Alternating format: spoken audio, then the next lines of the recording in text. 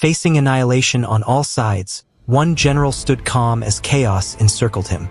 Ahead, a colossal army of warriors surged with the confidence of overwhelming numbers. Behind him, reinforcements threatened his retreat.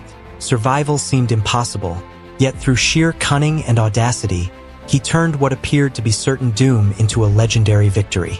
This is the story of a man whose mind became the deadliest weapon on the battlefield. It began during a time of relentless conquest, when empires expanded and every victory carried the weight of ambition.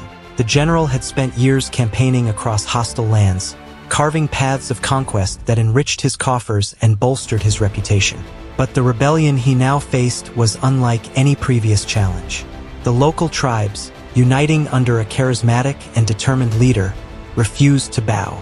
They had learned from earlier defeats and now sought to trap him, believing sheer numbers could crush even the most disciplined army. The rebel leader was no ordinary foe. Through diplomacy, charisma, and a show of martial strength, he unified dozens of tribes, amassing tens of thousands of warriors under one banner. Scorched earth tactics left the invading army starving and weakened, burning towns and crops, and forcing the general to rethink traditional strategies. The enemy was clever, ruthless, and confident that they could finally stop the unstoppable. The general, however, was a master of both psychology and engineering.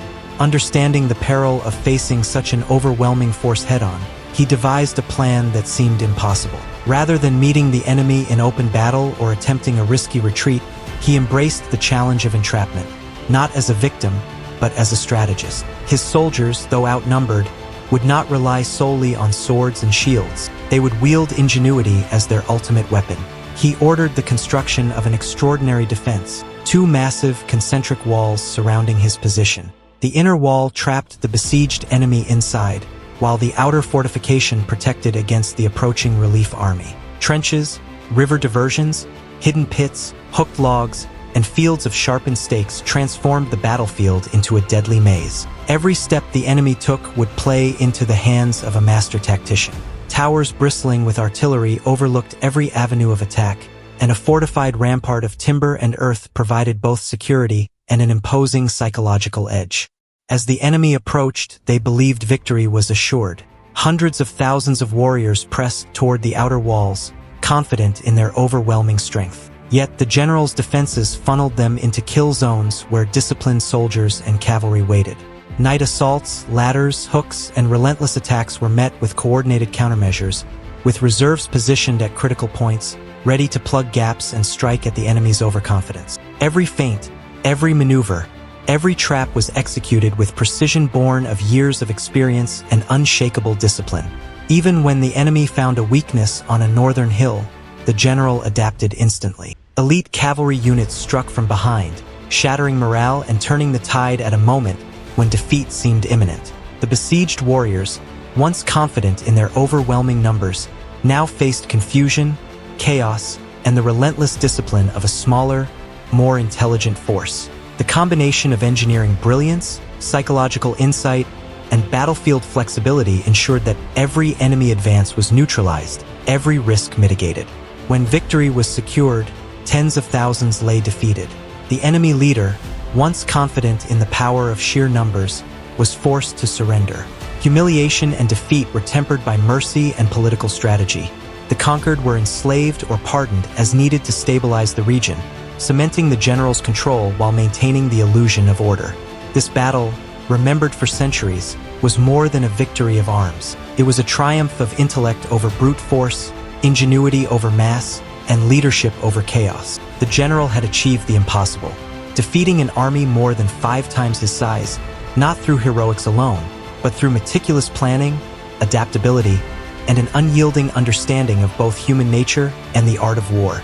The lessons endured far beyond the battlefield. Engineering became a tool of dominance, psychological warfare proved as lethal as any sword, and tactical flexibility ensured that no single plan was ever rigid. This victory secured wealth, resources, and the loyalty of conquered peoples, allowing the general to return stronger, more feared, and more powerful than ever before. His genius would echo through history, a masterclass in the audacity, precision, and brilliance that define true military greatness. When one stands against overwhelming odds, Few can imagine turning doom into triumph. But the story of this general proves it is possible. Not through luck, not through chance, but through vision, strategy, and the courage to think where others cannot. The world remembers him not for the battles he fought, but for the mind that outsmarted 250,000 soldiers alone. Even after the dust of battle settled, the general's mind never rested.